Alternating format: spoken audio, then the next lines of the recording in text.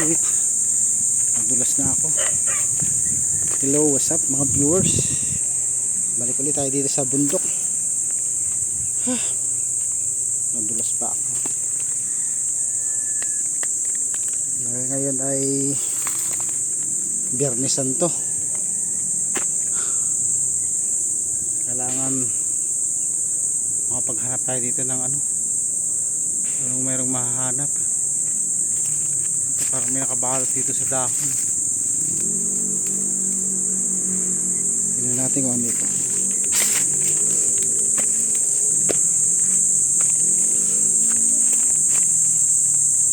Ay bahay ng langgam. Ayan, daming langgam magapang. Pinakabahay nila to. May bantay sa labas. Ay, may mga kawayan nandito. Dito tayo sa bundok. Dito kaya tayo daan. Para di gano'ng mainit. Katanghalian tapat mga ka-viewers. Tayo daan. Mainit. Ang haling tapat. Ito medyo malilim dito.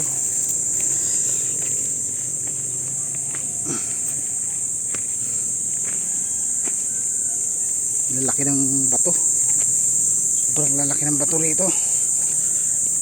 Sana huwag tayong madulas. Ayan. Madulas yung aking sinilas. Medyo malilim-lilim na dito. Nandito na ako sa mga puno. Ang lalaki ng bato.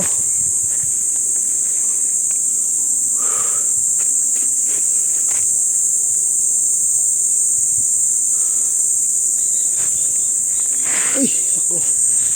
Yan sinasabi ko, madudulas na nga ako eh.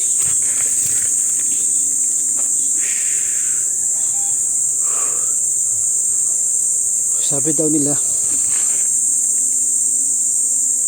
alas 12 daw ng tanghaling tapat.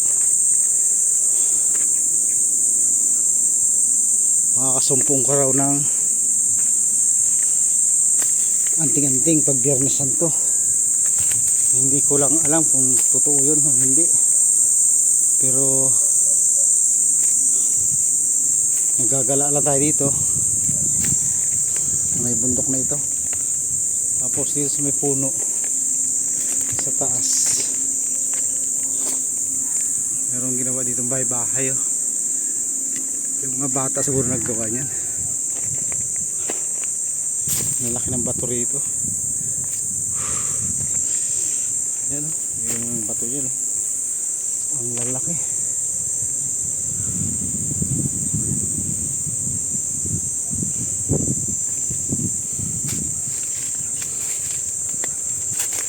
Uy.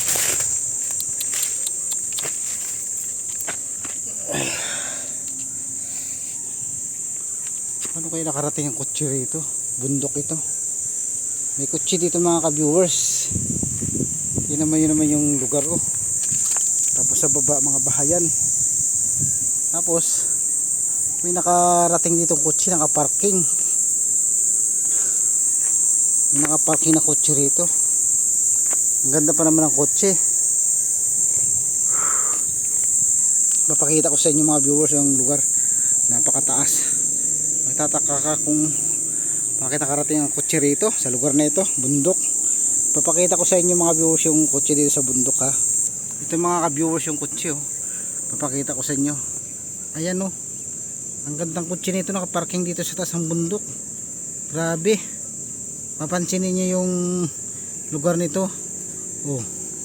Ayan meron siyang malaking bato. Ito laking bato nito. Dito yung sa taas ng bundok. Grabe yung kotse nito, napakalaki. Napakalaking bato dito, pero paano nakarating yung kotse rito sa taas ng bundok? Papakita ko muli sa inyo mga ka-viewers. Ayan ganda pa naman. Ayun lang, wala siyang salamin sa harap. Paano nadala dito yung kotse nito? Tingnan nyo. Ayan. Siguro may nagtra-transform dito ng kotse. Wala na mga tao-tao dito sa bundok, pero may kotse. Ayan, kinuha ko na lang yung kotse, wala namang may-ari siguro, kaya kinuha ko na lang siya.